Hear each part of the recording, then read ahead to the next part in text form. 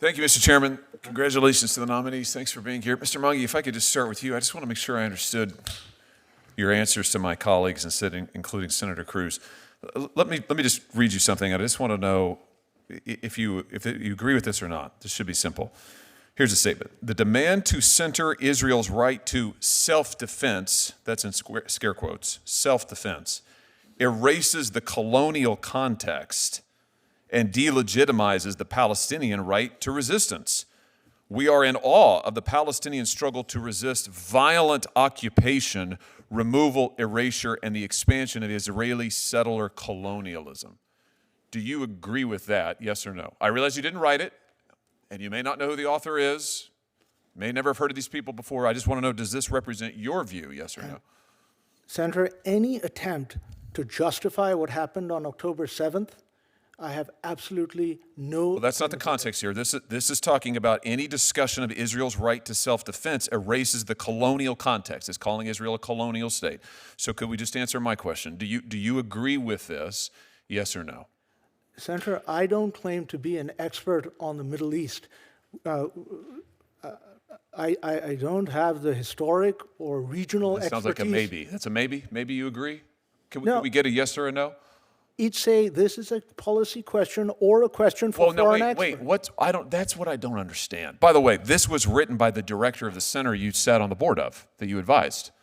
This is the director, not some random professor, the director, who published it in an open letter. So when you say it's a policy, what's the policy about calling Israel a violent settler colonialist state? Why is that a policy question?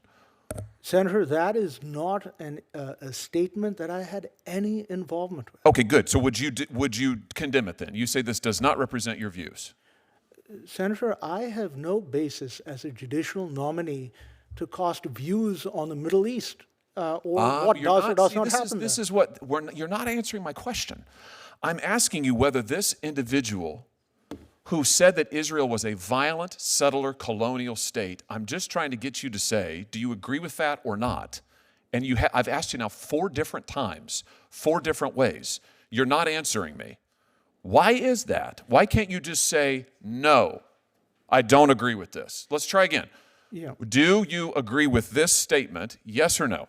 Senator, in order to agree or disagree with any statement, I need to have a sufficient factual background to assess it. So in other words, you can't say whether or not Israel is a violent colonial state. You think that's a difficult question? Oh, God. That is not an issue with which I have any expertise. Is the Holocaust also a difficult question? Does that need context? No. Is that a policy question? I am quite happy to address the Holocaust, Senator. Why aren't you happy to address this then?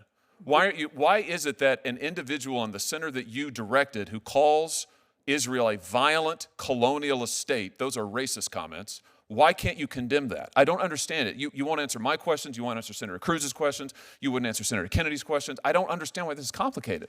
Senator, I'm Pakistani. I didn't grow up in the Middle East. I didn't either. I didn't either, but that doesn't mean that I can't say that somebody who says that a Jewish state is a violent colonialist enterprise is wrong. This isn't a policy question, it's a moral question. This is a moral issue. Senator, I am not in a position to make any policy pronouncements about actions in the Middle East. Does Israel have a right to exist? Yes. Should American Jews be safe in their homes and on their campuses? Senator, there is Just no yes one. or no, please. Spare me the lectures. Yes or no? Did you advise against this letter? You sat on the advisory board. Did you advise against it? I never even heard of that letter. How is that possible? What did you do on this board for all these years? This was years before you left it. It's an advisory board that met once a year to talk about academic research. Do you not think it's relevant to the setting in the academy that Jewish students might feel unsafe when they have a tenured professor who's the director of a center saying that Israel is a violent colonialist state? Do you think that may not have an effect on the educational environment? Senator, I abhor. But you didn't care to look into it? May I respond? But I've heard your answers, and they're all move over here, look over here. You're not answering any of my questions. And I can't figure out why. I can't figure out why you won't just say that this was wrong. So you didn't advise against it. You didn't condemn it. You didn't look into the center's activities.